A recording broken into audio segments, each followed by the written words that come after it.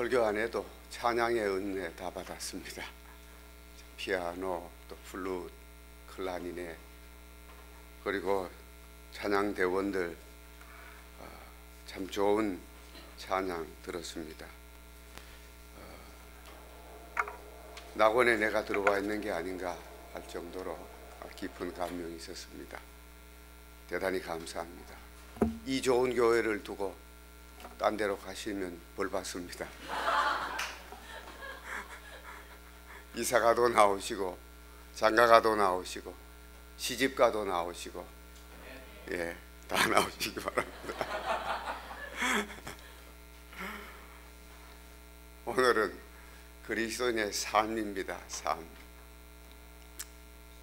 삶이란 무엇인가? 참 결론 내리기가 쉬운 얘기가 아니에요. 삶이란 무엇인가? 제가 어디 가면 이 삶에 대해서 설교를 하는데 지난번에 뭘 설교했나 하고 봤더니 안 했더라고요, 이 설교를. 그래서 이번에 가면 삶에 대해서 설교해야 되겠구나 라는 마음을 가졌는데 짧게 좀 하려고 했더니 괜찮다고 그래서 조금 길게 할지도 모르겠습니다. 그런데 길게 잘 안 돼요. 그런데 삶이란 무엇인가? 김수환 추기경이 고려대학교에 살아 계실 때 총학생회 초청을 받아서 갔는데 삶이란 무엇인가 라는 제목이었습니다. 그래서 이분이 한마디로 뭘 정리했으면 좋겠는데 뭐 좋은 단어가 있을까 생각했는데 생각이 안 났는데 열차를 타고 가다 생각이 났답니다. 홍익회 아저씨, 그 수레 끌고 다니는 아저씨가 통로를 지나가면서 삶은 계란이요, 삶은 계란입니다.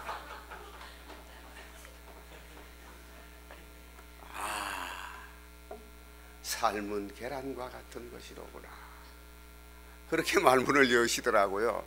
그래서 참 괜찮다고 그랬는데 저는 좀 다르게 문을 열려고 그럽니다. 한 7, 8년 됐나요? 과암에서 최일도 목사님 잘 아시죠? 바포 목사님을 모시고 집회를 했는데 이분이 어느 한 날 그 집이 없는 분들이 두 분이서 모여 앉아가지고 한 분은 라면을 끓여 드시고 한 분은 소주를 확 마시면서 둘이 나누는 대화를 들은 겁니다. 그래서 골똘히 한번 들어봤더니 소주를 한 잔 하더니 이 양반이 라면을 먹고 있는 사람에게 쳐다보면서 야 임마 너는 삶이 무엇인지 아냐? 그랬더니 이 친구가 야 임마 너는 보고도 모르냐? 삶은 라면이야.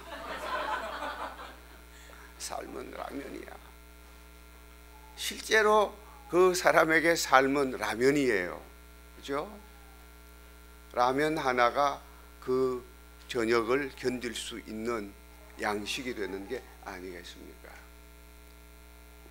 내게 있어 삶은 무엇일까? 삶은 무엇일까?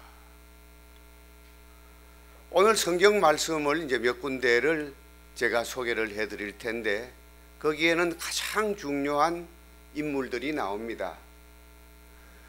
공통점이 있는데 공통점을 여러분들이 발견을 해 보시기 바랍니다. 최초의 사람 아담과 하와가 에덴 동산에서 죄를 짓고 쫓겨납니다. 쫓겨나는데 쫓겨나는 그 아담의 앞에 무엇이 있는가? 이게 문제입니다. 화가가 에덴 동산을 쫓겨나는 아담과 하와를 그린 그림들이 참 많습니다. 우리도 기억하고 있지요. 이렇게 고개를 숙이고 쫓겨나는 모습. 근데 잘 기억하십시오. 이쪽으로 쫓겨납니다. 에덴의 동쪽으로 쫓겨나는데 뒤에 뭐가 있겠습니까? 아담과 하와만 봤지 뒤에 뭐가 있는지 안 보셨죠? 그 그림에. 몰라도 됩니다. 그러나 그 그림을 몰라도 되지만 뭐가 있는지 알아야 됩니다. 뒤에 뭐가 있습니까? 잘 아시네요. 역시 좋은 교회입니다. 모르고도 지금 웃으시는 분이 몇 분 계시는 것 같은데 잘 못 알아들으시고, 뒤에 있는 게 뭐라고요? 에덴 동산을 쫓겨나니까 에덴 동산이 있을 수밖에 없잖아요. 뒤에 에덴 동산이 있습니다. 앞에는 뭐가 있습니까? 가시덤불과 엉겅퀴가 있다라고 창세기는 증언하고 있습니다. 가시덤불이에요. 근데 이 그림을 하나 딱 놓고 보면은 이게 우리의 인생입니다. 우리의 인생은 낙원을 향하여 달려가는 것 같지만 우리가 그토록 소중히 여기는 낙원은 어디에 있습니까? 그러니까 언제나 우리 입에서 나오는 말이 그때가 좋았지. 좋긴 뭐가 좋아. 오늘 지금 이 시간도 별로 안 좋지만 나중에 가면 그래 그때가 좋았어. 우리는 늘 과거를, 에덴 동산은 뒤에 있습니다. 앞에 있는 게 아니에요. 앞엔 뭐가 있습니까? 가시덤불. 그러니까 우리 인생 앞에 가시덤불이 있다고 하는 것이 이상하다, 이상하지 않다? 예, 이상하지 않습니다. 이게 우리 인생이에요. 이렇게 만들어졌어요. 그런데 창세기는 계속 증언하고 있기를 부끄러워서 무화과로 가렸는데 하나님께서 에덴 동산을 쫓아내시면서도 무엇을 주셨다고요? 알아야 답을 하시지. 무슨 옷을 지어 입히셨다고요? 예, 그쯤 하면 다 아시죠. 가죽 옷을 지어 입히셨습니다. 왜 가죽 옷을 지어 입히셨을까요? 1번, 떨어지지 않기 위해서. 무화과는 자꾸 시드니까 자꾸 새로 만들어 입어야 하잖아요. 떨어지지 않게 하기 위하여. 아니 그것도 뭐 틀린 말은 아니잖아, 그죠? 인류 최초의 패션이 무화과요. 그걸 하나님이 바꿔주셨어요, 가죽 옷으로. 하나님은 패션의 창조자이십니다. 워낙은 벗고 살게 해주셨지만 인간이 만드는 거예요. 근데 하나님이 고쳐주셨다고, 가죽 옷으로. 2번, 가시덤불길에 가시에 찔리지 않기 위해서. 더 적당하죠? 1번보다. 예.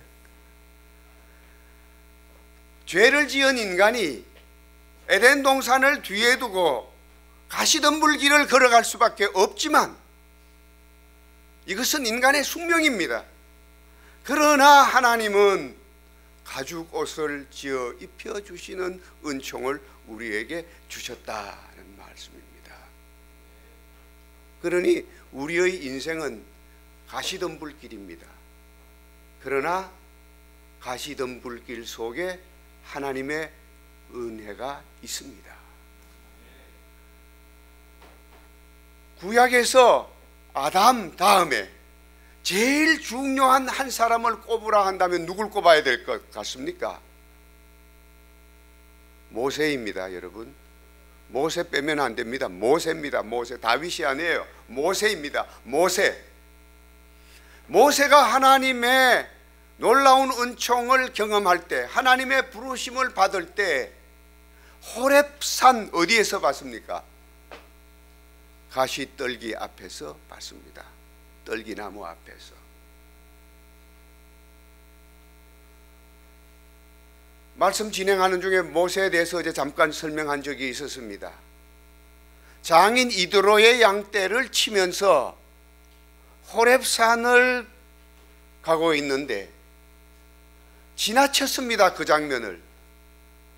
가만히 생각해 보니까 떨기나무, 가시나무에 불이 타고 있는데 사라지지 않고 있어서 이 이상한 광경을 내가 다시 한번 가서 봐야 되겠다. 그리고 갔는데 그 속에서 하나님의 은총 소리가 들립니다. 모세야, 모세야, 내 발에 신을 벗어라. 여기는 거룩한 곳이다. 다시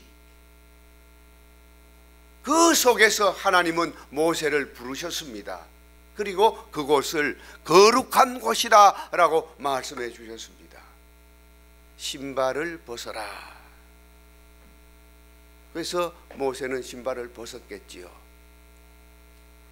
자, 끝나고 난 뒤에 하나님의 말씀을 듣고 이제 백성들을 구해내라 하는 이 말씀을 듣고 이제 그 길을 떠나는데 신발을 신었다는 기록은 없습니다. 신발을 들고 갔을까요? 놔두고 갔을까요? 다시 신고 갔을까요? 그죠? 신고 갔겠죠. 거기 없지만은 목숨 걸 수 있어 그러면 뭐 거기에 목숨 걸 필요는 없습니다. 그러나 신고 갔을 겁니다.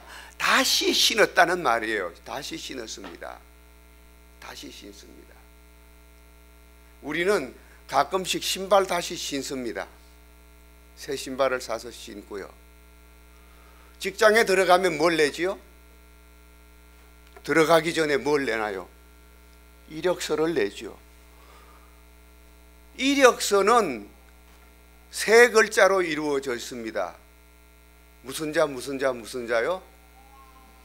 이자 력자 서자 뭐 어렵게 생각할 필요가 없습니다.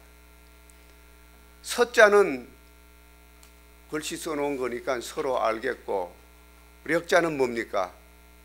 역사죠. 역사 알겠는데 이자는 뭘까요? 신 이자입니다. 신발 이자예요, 여러분. 이력서는 뭐의 역사라는 말입니까? 신발의 역사입니다. 내 신발이 어느 초등학교를 갔느냐, 내 신발이 어디 병원을 갔느냐, 내 신발이 어느 고등학교를 갔느냐, 신발의 역사입니다. 하나님은 모세에게 신발을 다시 벗게 하시고 다시 신기시면서 이력서를 새롭게 쓰게 했습니다. 하나님의 은총을 발견한 신앙인들의 발걸음은 새로운 이력서를 써나가는 것입니다. 그런데 그것이 어디에서요? 호렙산 광야 가시떨기 앞에서. 하나님의 은총은 환경이 좋은 데서, 편안한 데서, 잘 나갈 때, 이럴 때에도 주신 때가 있습니다만은 많은 경우에 그렇지 않을 때, 모세가 80세에 부름을 받는데 40세까지 혈기왕성해서 무언가 해보리라 했지만 오히려 살인자가 되어서 바로 궁전을 도망 나와서 40년이나 광야에서 살았는데 80세가 된 어느 날 가시떨기 불타는 곳 속에서 하나님께서 모세를 불러주시면서 이 백성을 구해내다오라고 말씀하신 것이지요. 가시떨기는 그대로 있었지만 하나님의 불꽃은 타오르고 있었고, 그 가운데 한 생명을 지명하여서 내 백성을 구원해내야 할 것이다 라고 소중한 사명을 주셨습니다. 하나님은 우리를 모세처럼 가시덤불 속에서 불타오르게 하시면서 우리를 부르시는 분이십니다. 아담 이야기와 모세 이야기의 공통점이 무엇입니까? 가시덤불입니다. 삶이란 무엇인가 묻는다면은 삶은 가시덤불입니다. 구약 성경이 그렇게 이야기하고 있습니다. 삶은 가시덤불입니다. 그러나 가시덤불이 아니라 거기에 글자를 더해야 됩니다. 가시덤불 속의 은혜. 은혜, 가시덤불 속의 은총, 이것이 우리 인생입니다. 신약 성경에 넘어오면은 신약 성경에 예수님을 제외하고 가장 위대한 사람을 꼽으라면 누굴 꼽을 수 있습니까? 당연히 사도 바울일 것입니다. 이 사도 바울은 고린도후서 12장에 보면은 그 이하에 보면은 정말 일을 많이 한 사람 아닙니까? 바울만큼 열정적으로 복음을 전한 사람이 누가 있습니까? 오히려 기독교를 말하기를 바울교라 이야기할 정도로 바울은 혁혁한 공로를 세웠습니다. 그런데 이 바울은 몸이 약한 사람이었습니다. 질병이 많았습니다. 어려운 일들이 생애 속에 계속해서 반복이 되어졌습니다.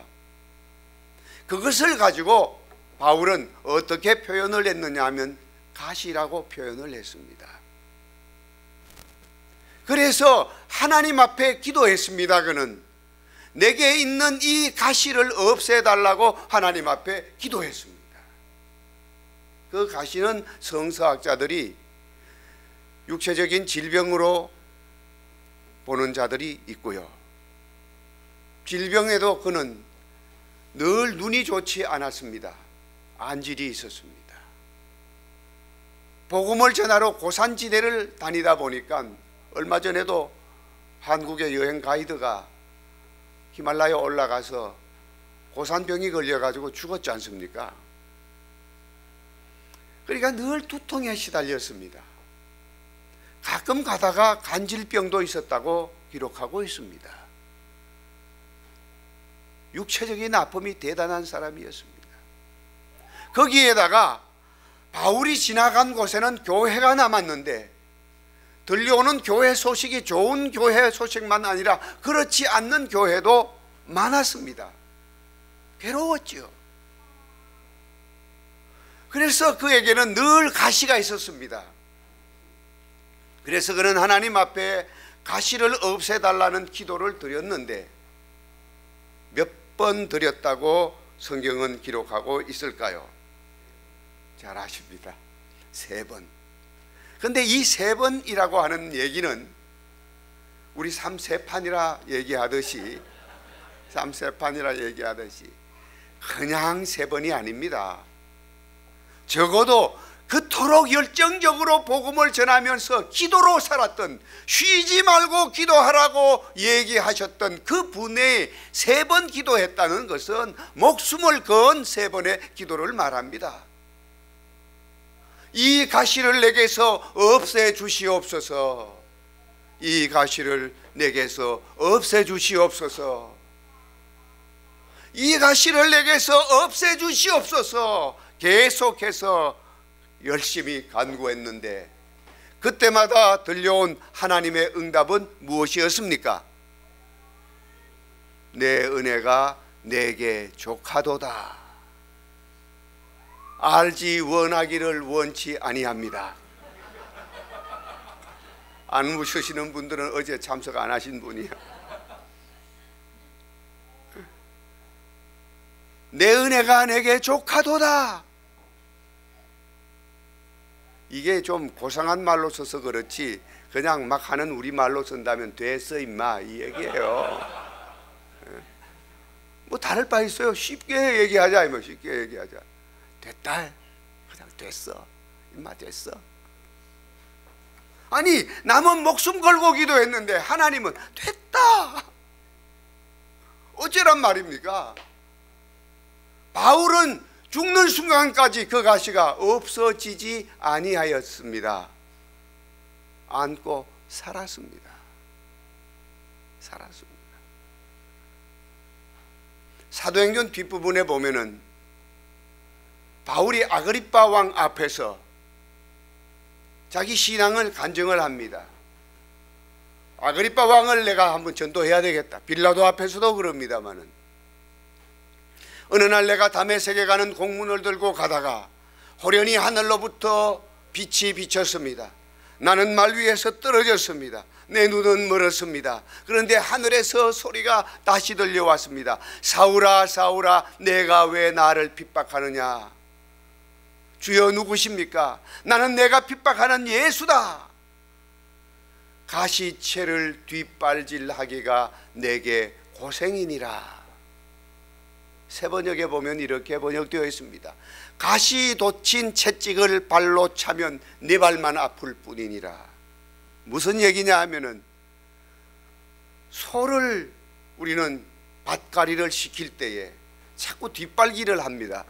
뒷발질을 하면 잘 나가질 않아요. 뒷발질을 하지 않기 위해서 가시로 뒤에 채를 만들어 놓습니다. 그러면 뒷발질을 하다 보면 어떻게 됩니까? 발이 아프니까 미련한 소도 압니다. 그래서 안 찬다는 것이죠. 내가 내 삶의 길을 버둥거리지 아니하고 똑바로 가게 하기 위하여 내가 너에게 가시채를 두었다. 근데 이것을 내가 발로 차면은 네 발만 아파. 그러지 마라. 이것이 부름을 받은 바울에게 처음 들린 예수 그리스도의 음성이었다고 그가 고백을 했습니다. 그 뒤로 바울은 조금도 기도 3번, 그리고 내 은혜가 내게 족하도다 라는 소리를 듣고 난 이후는 그 기도를 드리지 않았을 것입니다. 그 가시를 안고 그대로 살았을 것입니다. 자, 구약 성경에서 두 사람을 예를 들었습니다. 누구와 누구요? 아담과 모세. 신약 성경에 누구요? 사람을 아무리 예를 들어도 안 됩니다. 누구를 들어야 되죠? 예수 그리스도. 오늘 읽은 본문에 보니까 사람마다 어울리는 모자가 있습니다. 우리 박 목사님이 어울리는 모자가 있고 제게 어울리는 모자가 있습니다. 저는 베레모를 주로 잘 쓰는데 저한테는 그래도 얼굴형이나 이런 게 좀 잘 맞아요. 근데 이 모자를 박 목사님에게 씌우면 별로 잘 맞을지 잘 모르겠습니다. 어울리는 모자가 있습니다. 루터교의 해리 웬트라는 목사님이 쓰신 크로스웨이라고 하는 성경 공부집이 있는데 거기에 보면 하나님의 모자라는 그러한 과목이 있습니다. 거기에 보면 하나님께 모자가 뭐가 어울리겠는가? 하나님에게 모자를 씌웁니다. 그런데 어떤 사람은 왕관을 씌우고, 왜 왕관을 씌우는지는 알겠지요. 어떤 사람은 의사, 요 모자 있죠, 요 확대경 달린 거, 의사로 보는 거지요. 어떤 사람은 경찰관 모자, 어떤 사람은 법관 모자, 어떤 사람은 청교도 모자, 어떤 사람은 요술사 모자, 여러 가지 모자를 씌웠습니다. 가장 어울리는 모자는 무슨 모자일까? 그분의 대답은 예수 그리스도의 모자를 보아라. 예수 그리스도 모자 쓰셨습니까? 쓰셨습니다. 무슨 모자 쓰셨습니까? 가시관. 오늘 봉독한 그 요한복음 말씀이 가시로 관을 만드셔서 모자를 만드셔서, 모자관자입니다. 가시로 모자를 만드셔서 가시 모자를 쓰셨습니다. 가시. 그 전구절을 보면 채찍에 맞으셨다. 로마 병사들이 휘두르는 채찍에는 무엇이 박혀 있어요? 가시, 철편 가시가 한번 칠 때마다 살점이 뚝뚝 떨어져 나옵니다. 패션 오브 크라이스트 보면 뭐 재현시킨 거 나오지 않습니까? 예수님의 모자는 가시 모자예요. 그리고 보면은 가시와 예수님을 빼놓을 수 없습니다. 어떤 면에서 보면 박히신 못도 큰 가시입니다. 가시관을 빼놓고 십자가에 달리신 예수님을 보면은 별로 감흥이 덜합니다. 가시관을 쓰신 모습 그대로 십자가에 달리신 예수님을 보면 정말 가시와 예수님이 참 죄송스럽지만 잘 어울린다, 이렇게 표현할 수 있을 것입니다. 우리의 주님이십니다. 가시관을 쓰신 그 모습으로 가시밭 인생길을 걷고 있는 우리를 부르셨어요. 수고하고 무거운 짐진 자들아 다 내게로 오라, 내가 너희를 쉬게 하리라. 문 두드리는 손은 못 박힌 손이요, 또 가시 면류관은 그 이마 둘렸네. 또 가시 면류관은 그 이마 둘렸네. 가시 면류관 쓰신 주님. 그러므로 우리의 인생은 가시 덤불입니다. 그러나 그 속에서도 놀라운 하나님의 은총이 역사하신다는 거지요. 가시관 쓰신 주님은 한편 강도를 향하여 오늘 내가 나와 함께 낙원에 있으리라. 왕관을 써야 명령을 하지 않습니까? 사형에 처하노라, 당장 귀양 보내라, 상을 내려라, 왕관을 써야 하는데 가시관 쓰신 그분이 한편 강도를 향하여 이 세상에서 가장 큰 은총인 오늘 내가 나와 함께 낙원에 있으리라 하셨으니 이 얼마나 큰 은총입니까? 사랑하는 여러분, 오늘 우리의 삶은 잘 되고 잘 나가십니까? 그런 분이 계시겠지요. 그러나 대부분의 경우에는 그렇지 않습니다. 힘들지요. 남몰래 흐르는 눈물도 많지요. 왜 내게는 이 가시 덤불이 거쳐지지 않을까? 그럴 수 있겠죠. 저는 괌에서 아주 소중한 교훈을 하나 깨달은 적이 있습니다. 괌의 바다는 색깔이 몇 가지나 되느냐 하면 100가지가 넘습니다. 파란색만도, 파란색만도. 컴퓨터에 들어가면 컴퓨터 그래픽 하시는 분들도 많으실 텐데 파란 색깔이 몇 가지쯤 되던가요?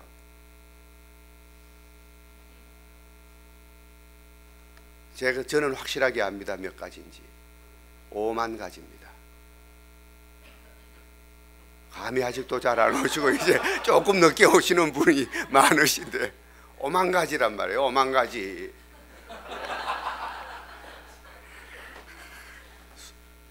먼저 웃으신 분들, 늦게 감이 오시는 분들이 상당히 있죠. 괌에도 파란색이 5만 가지입니다. 이 5만 가지. 바다 색깔이 좋습니다. 바다 색깔이 좋아가지고 그 옆에 있는 교회들 목사님들을 선동을 해서 한번 들어가 봅시다. 괌의 바다는 전체 한 90% 정도가 산호초로 이루어져 있는데 그 갑자기 가다가 확 낮아집니다. 그 자연 절벽이 돼서 그때부터 굉장히 깊어집니다. 그러나 한 100m 정도, 또 길게는 한 200m 정도는 수심이 여기까지밖에 안 와요. 굉장히 좋습니다. 거기에는 빛이 색이에요, 색깔이. 그러다가 거기를 지나가면은 짙푸른 색입니다. 그리고 거기에서부터는 파도가 하얗게 부서지는 겁니다. 근데 부서지는 파도가 하얀 게 너무 멋있어 가지고 파도를 보러 한번 갑시다. 그래서 선동을 해서 파도를 보러 나갔습니다. 제일 앞장을 누가 섰겠습니까? 선동한 사람이 가죠.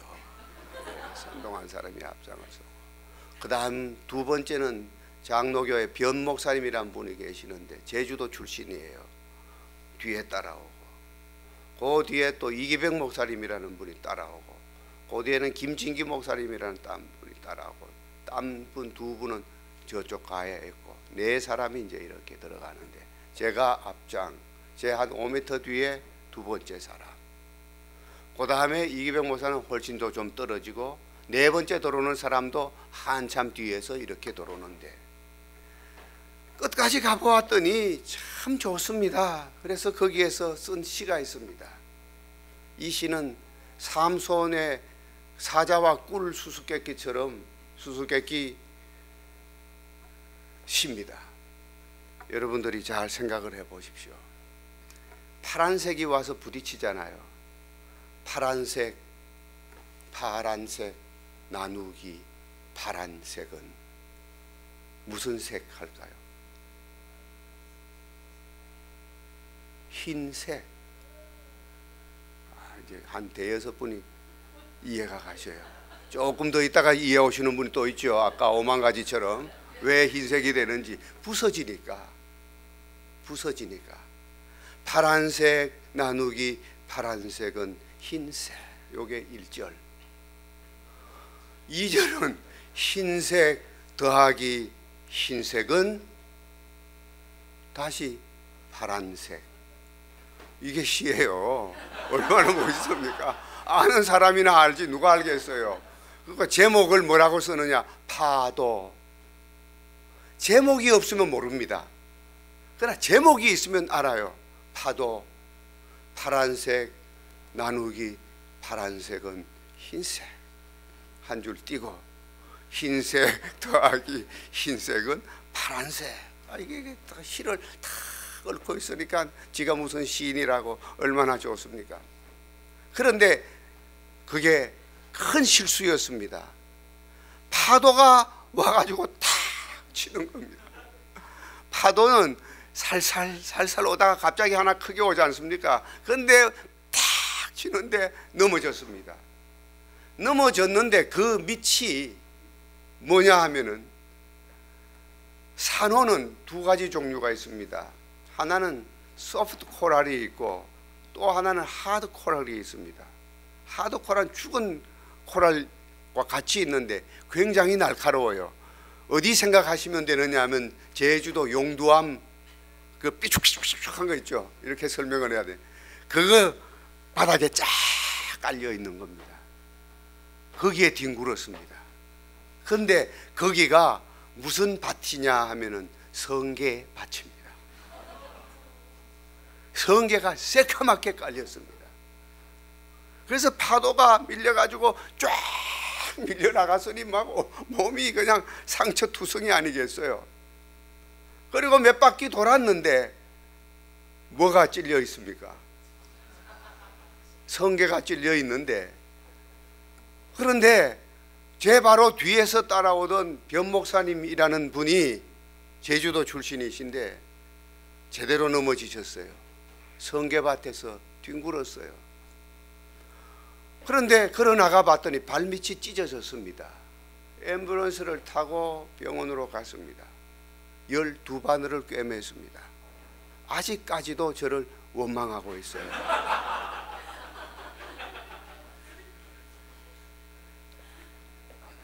근데 문제는 그게 문제가 아니고 몸에 박힌 성게 가시가 문제인 거예요. 이게 빠지질 않습니다. 성게 가시가 부드러워서 뚝뚝 끊어져 버리지 안에 들어가서 퉁퉁퉁퉁 몸이 부어오르는 거예요. 고슴도치가 그걸 다 깎아버린다고 되나요? 안에서 있는데 뺄 수가 없다 이 말이에요. 그러니까 백인 의사가 와가지고 어렵다, 이거 어렵다 그러면서 그때서 의학 사전을 펴요. 뭐 이런 게 뭐 있나 없나 싶어가지고 뭐 나와. 그런데 원주민 출신 의사 웃습니다. Don't worry. 그래서 뭐라고 설명하느냐 했더니, 집에 가서 욕조에 따뜻한 문을 받아놓고 식초를 풀어라. 그리고 담고 있어라.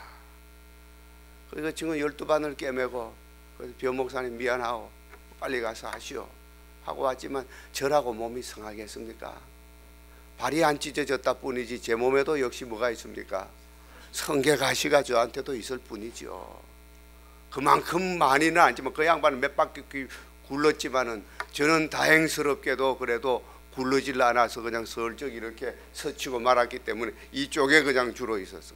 그러나 집에 들어가서 따뜻한 물을 받아놓고 집에 있는 식초를 다 풀고 들어가 있었더니 몸이 건질건질해지기 시작하면서 시간이 흘러갈수록 안에서 없어지는 거예요. 없어지는 거예요.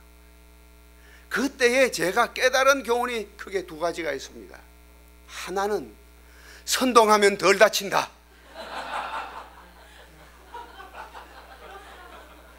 어정쩡하게 따라가면 꼭 이 인자가 제일 고생을 많이 해요. 예, 어정쩡하게 따라가면 제일 앞장섰는데도 덜 다쳤어 제가. 그런데 두 번째 교훈이 큰 교훈입니다.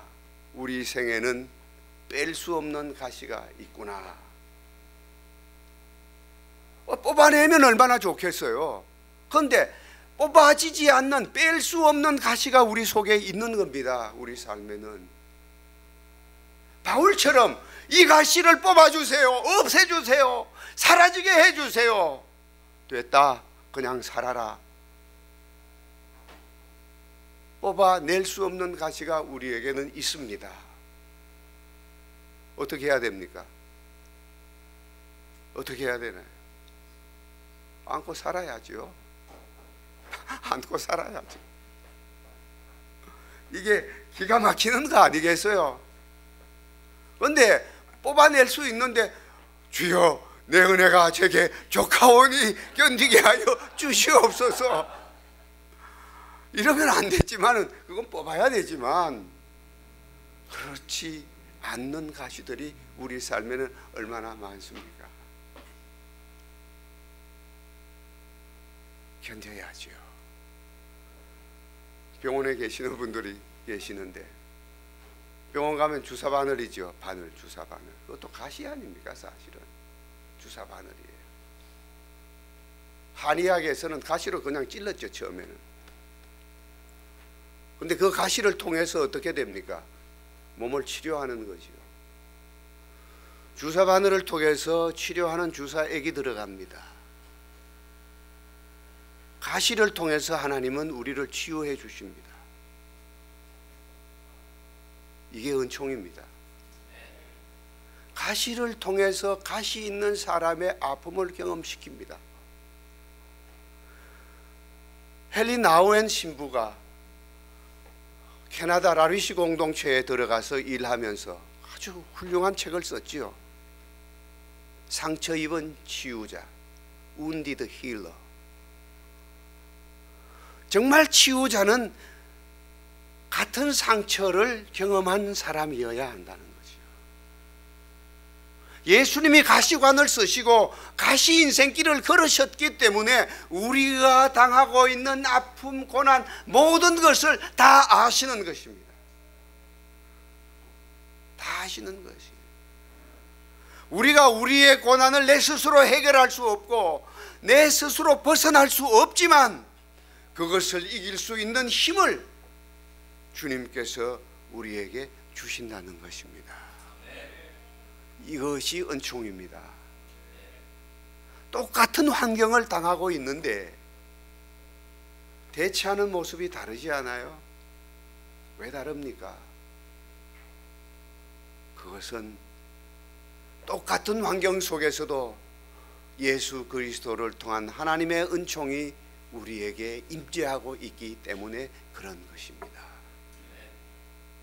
1964년도에 도쿄올림픽이 열렸습니다. 스타디움을 확장 공사를 하면서 3년 전에 지은 건물을 헐게 되었습니다. 3년 전에 지은 건물을 허는데 이상한 광경이 목격이 되었습니다. 못에 도마뱀이 찔려 있는 것입니다. 아마 전자총으로 쐈겠죠. 그런데 이따가 그냥 팍 찔린 거죠.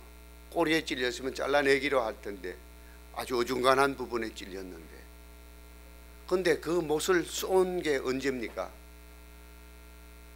3년 전에 지었으니까 그러면 이 도마뱀은 3년을 그렇게 있었다는 것 아니겠습니까? 그래서 이상에서 허무는 작업을 멈추고 그것을 다시 관찰을 시켰습니다. 그랬더니 놀랍게도 다른 동료가 와서 먹이를 먹여다 준 것입니다. 이게 신앙생활입니다, 여러분. 너도 찔려 있느냐? 나도 가시 있다. 그러면서 서로 찌르기로 하면은 아픔은 점점 걷잡을 수 없지요. 그렇지 않아요? 네 가시가 커? 난 더 크다. 응? 한번 찔러볼래?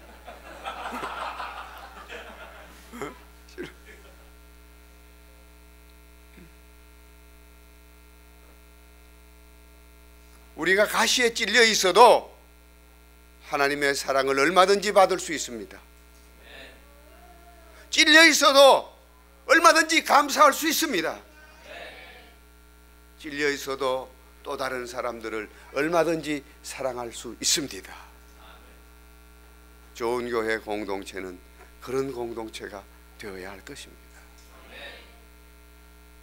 삶은 가시덤불입니다. 그러나 가시덤불 속에 은총입니다.